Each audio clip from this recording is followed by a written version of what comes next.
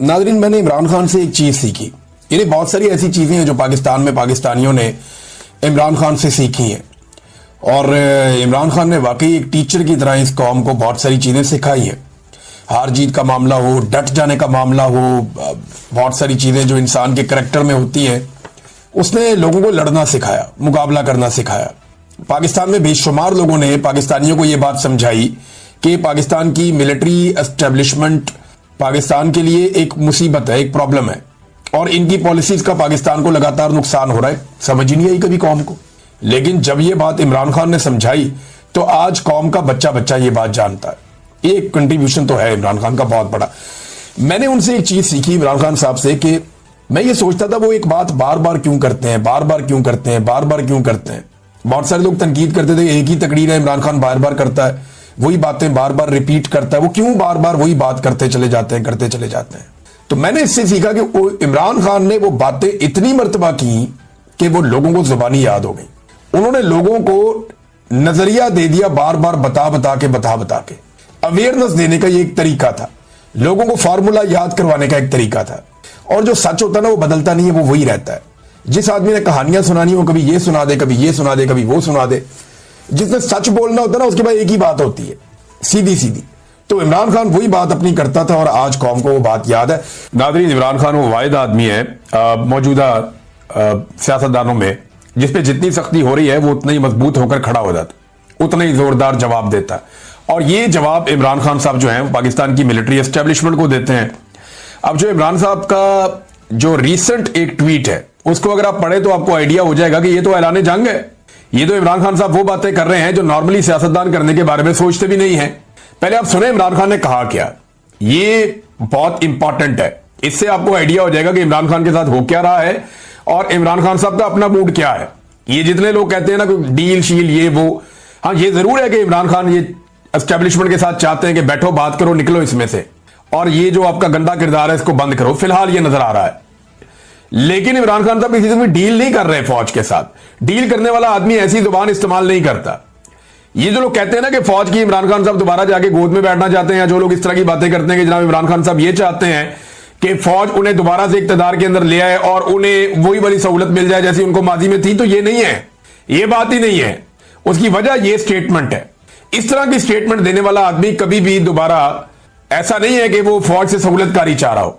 ये स्टेटमेंट वो आदमी देता है जो ये चाह रहा हो कि निकलो बीच में से, यानी मेरा मुल्क है मैं चला लूंगा, भाई हम मुल्क के मालिक हैं, तुम जबरदस्ती आके तुमने हर चीज पे कब्जा किया। तो ये इस तरह की सोच वाला आदमी ये बात कर सकता है। अब जरा ये देखें आप, पाकिस्तान में इस वक्त मार्शल नहीं आसिम लॉ नाफिज है। ये डील करने वाला बंदा ये बात करता है। इमरान खान साहब के अपने ट्विटर हैंडल से ये लिखा गया है, मुल्क में आसिम मुनीर का कानून चल रहा है और ISI उसे तहफ़्फ़ुज़ दे रही है। जो चीज आसिम मुनीर को ताकत देती है वो इस मुल्क का कानून बन जाता है।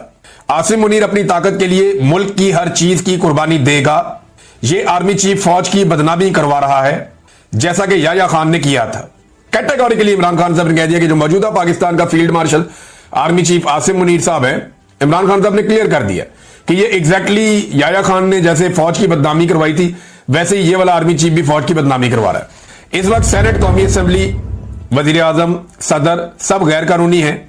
एक जाली आईनी अदालत बनाकर हमारी नशिस्तें कम की गई हैं, जो तारीख में कभी नहीं हुआ कि एक जमात की नशिस्तें किसी और को दे दी जाएं।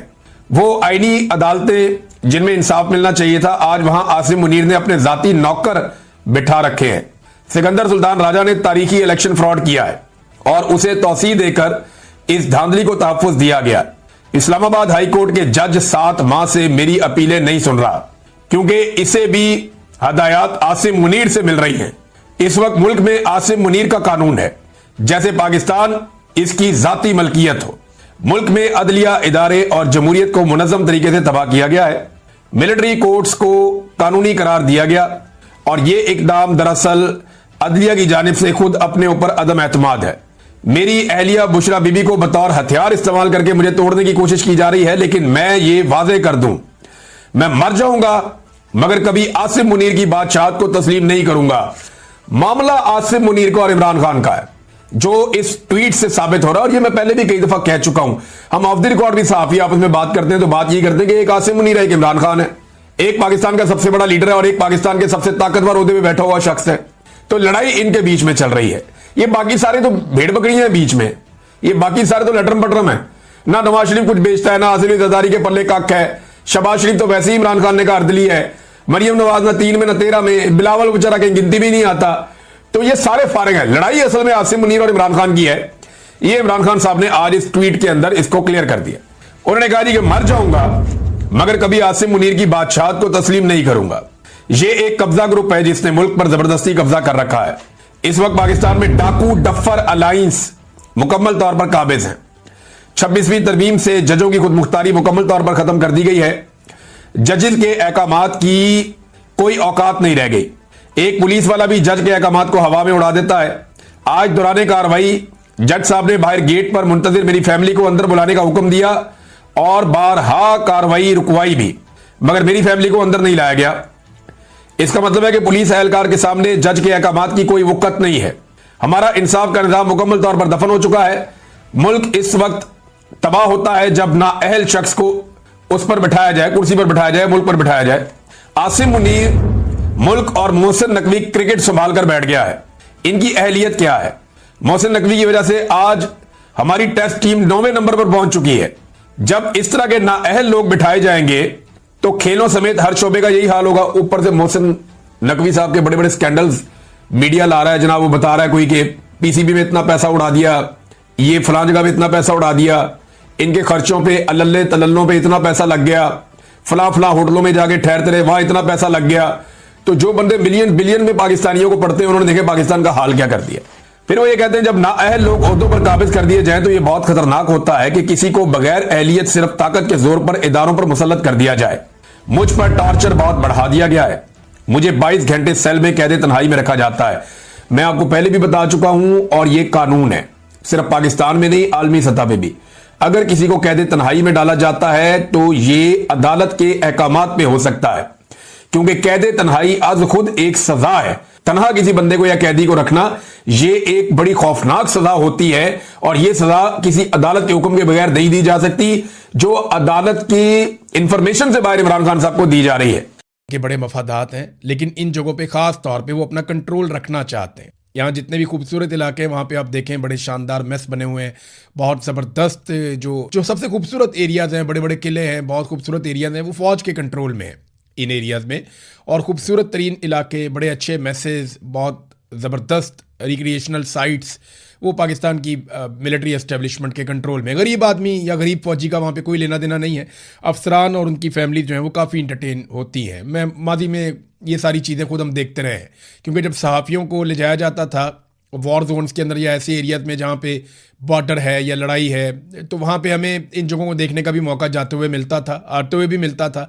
तो मैं आपको ये कह सकता हूँ, और जो लोग फ़ौज से रिटायर हुए और जिनके फ़ौज के साथ अच्छे ताल्लुकात नहीं रहे, वो फिर बताते भी है कि किस तरीके से जो कौम का बजट है वो कहाँ कहाँ पे भी लग जाता है। यानी हमें तो सिर्फ ये लगता है ना कि सिर्फ गोली बारूद और बंदूकें खरीदी जाती हैं, लेकिन और बहुत सारी चीज़ें भी हैं जैसे हर इदारे में होती हैं, वैसे फ़ौज में भी हैं। कोई पाकिस्तान से बाहर तो ये इदारा नहीं है, जैसे पाकिस्तान के बाकी इदारे हैं वैसे भी फ़ौज भी एक इदारा है, कोई ज़्यादा फ़र्क नहीं है इनका। तो नाज़रीन, DGI-SPR ने कश्मीर के बारे में ये कहा कि रियासत जो है वो भी माँ बनकर प्यार से और मोहब्बत से डील कर रही है।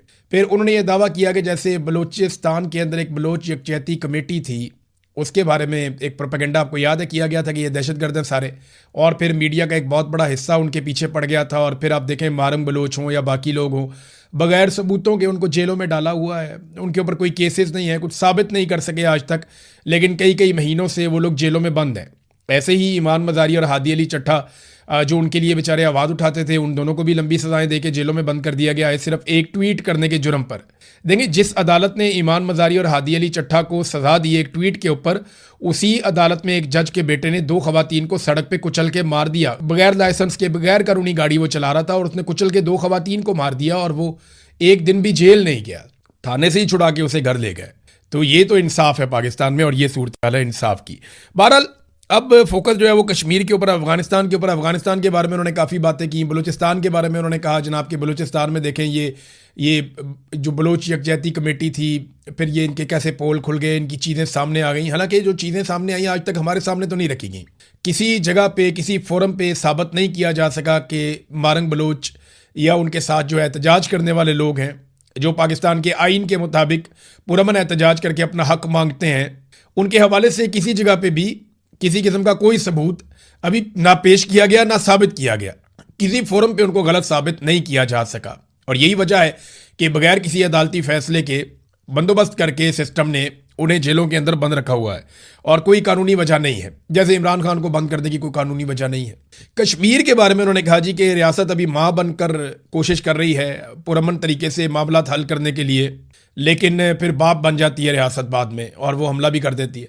तो हार्ड स्टेट का एक कॉन्सेप्ट है। देखिए अभी माँ बन के ये काम कर रहे हैं तो इतनी गोलियां रोजाना चल जाती हैं, दर्जनों लोग अब तक गोलियां उन्हें लग चुकी हैं, बहुत सारे लोग जख्मी हुए हैं, काफ़ी लोग शहीद हो गए हैं। रोज़ाना की बुनियाद पे कश्मीरी अपने जनाजे उठाते हैं, कभी 1, कभी 2, कभी 3। रावला कोट में, कोटली में कैसे खून रेजी हुई है, कैसे क्रैकडाउन हुआ, किस तरह टॉर्चर किया गया लोगों के ऊपर, लोगों को उकसाने की कोशिश की जा रही है। अगर आप प्लस माइनस करें तो क्या रियासत माँ वाला रोल प्ले कर रही है? तो जवाब यह है कि वो नहीं कर रही। और दूसरा ये कि DGISPR आज़ाद कश्मीर के मामलात में ये मुदाखलत कैसे कर सकते हैं? पाकिस्तान का ये मुकदमा है कि आज़ाद कश्मीर एक आज़ाद मुल्क है। पाकिस्तान का ये मुकदमा है कि वहाँ की सुप्रीम कोर्ट, वहाँ की जो चाहे वो अदलिया है, चाहे सियासी जमातें हैं, चाहे वहाँ की पार्लिमान है, वो सारे अलग हैं और पाकिस्तान का उनके साथ कोई ताल्लुक ऐसा सच नहीं है, सवाए इसके कि पाकिस्तान उनके हक़ के खुद इरादियत को तस्लीम करता है और सपोर्ट करता है।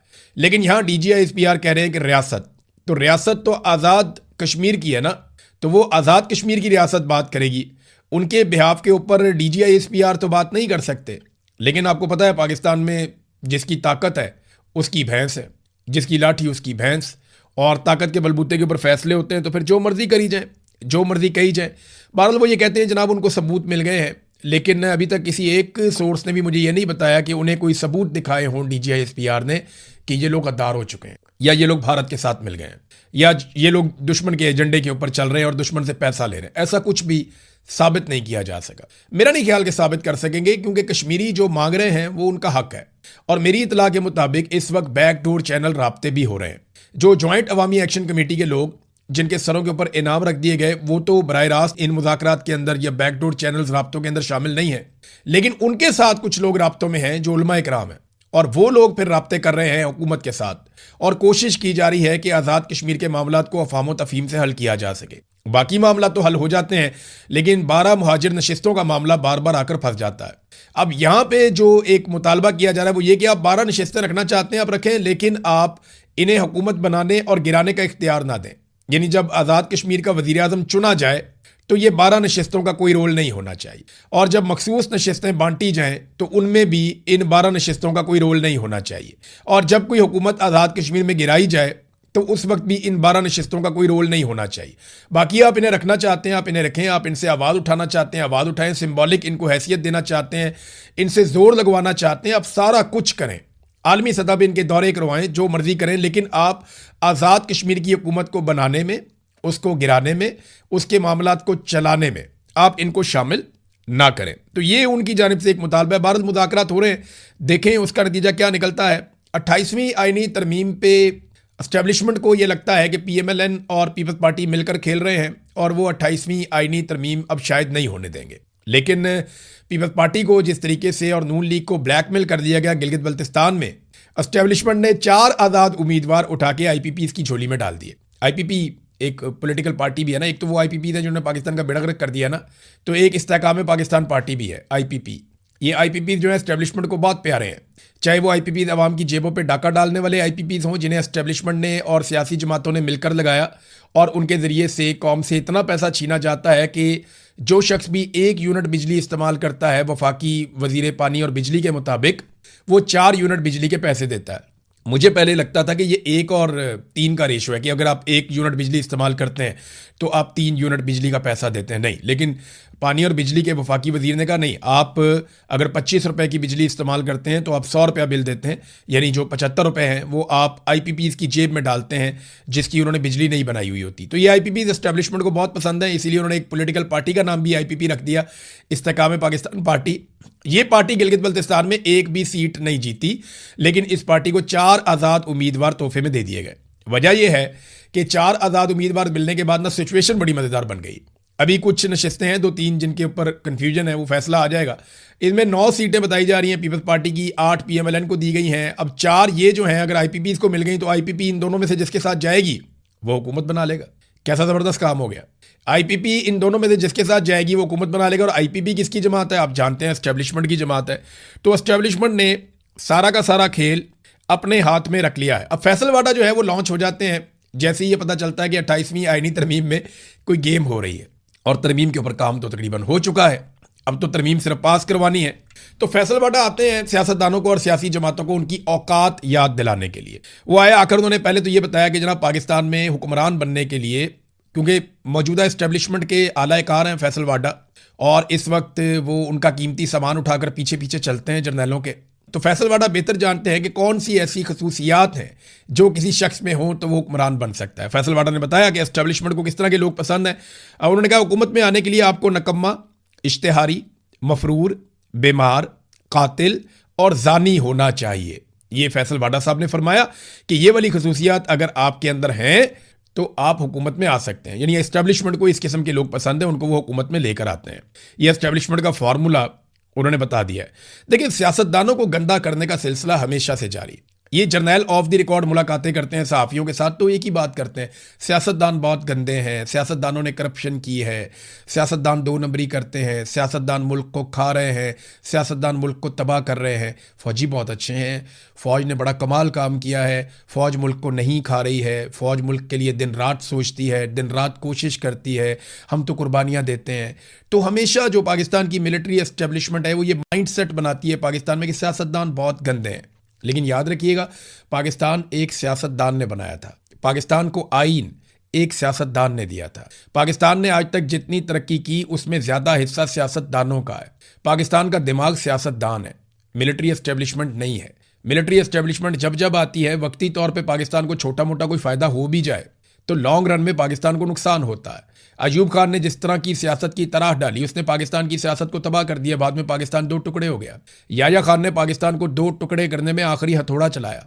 ज़ियाउल हक आया और उसने वक्ती तौर पे फ़ायदा उठाया। अमेरिका से ताल्लुकात, दुनिया भर उसको आंखों का तारा बनाकर फिरती थी। ज़ियाउल हक यहाँ पे डिक्टेटर था, उसने अफगानिस्तान के अंदर एक जहाद करवाया और ज़ियाउल हक तो चला गया, लेकिन पीछे क्या छोड़ गया? मंशियात और क्लाशनकोफ, और पाकिस्तान में कितना खून बह गया।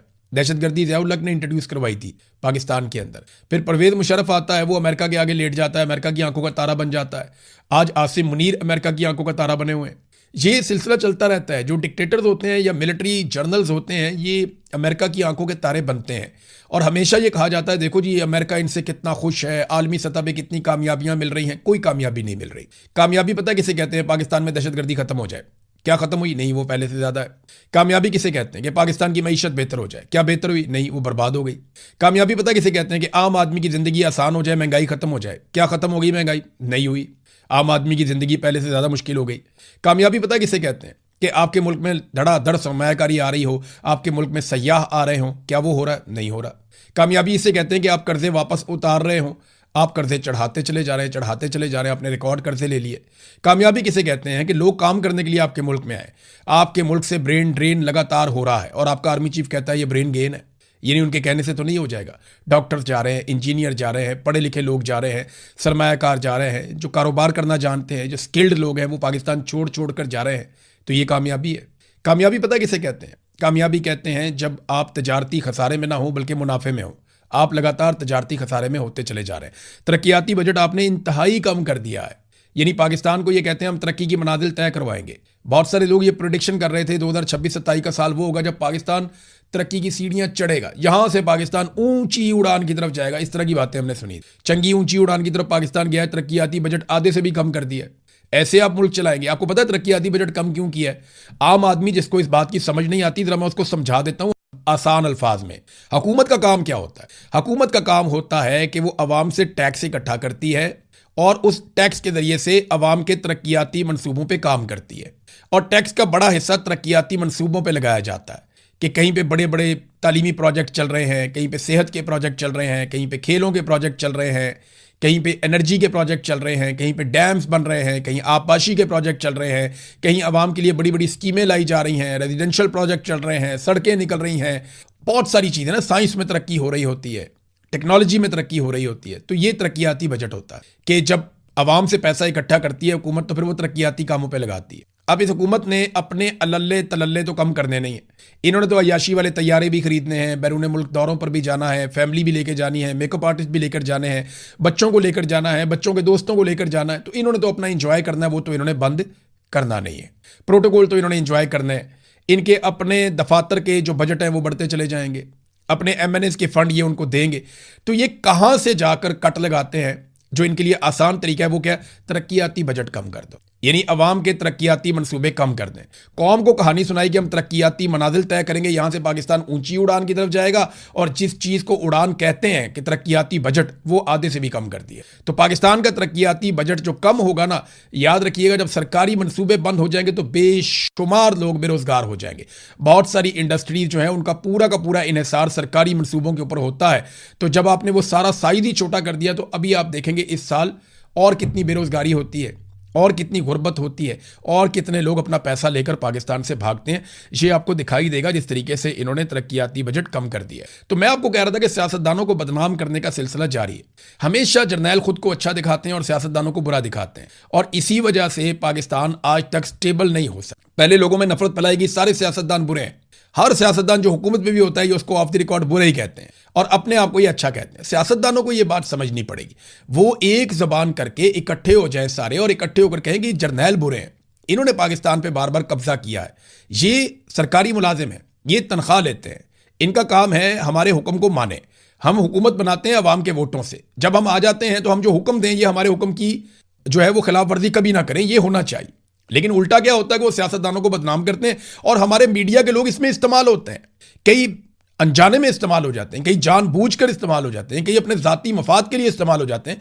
मैं नहीं कह रहा कि सारे के सारे जो हैं मीडिया के लोग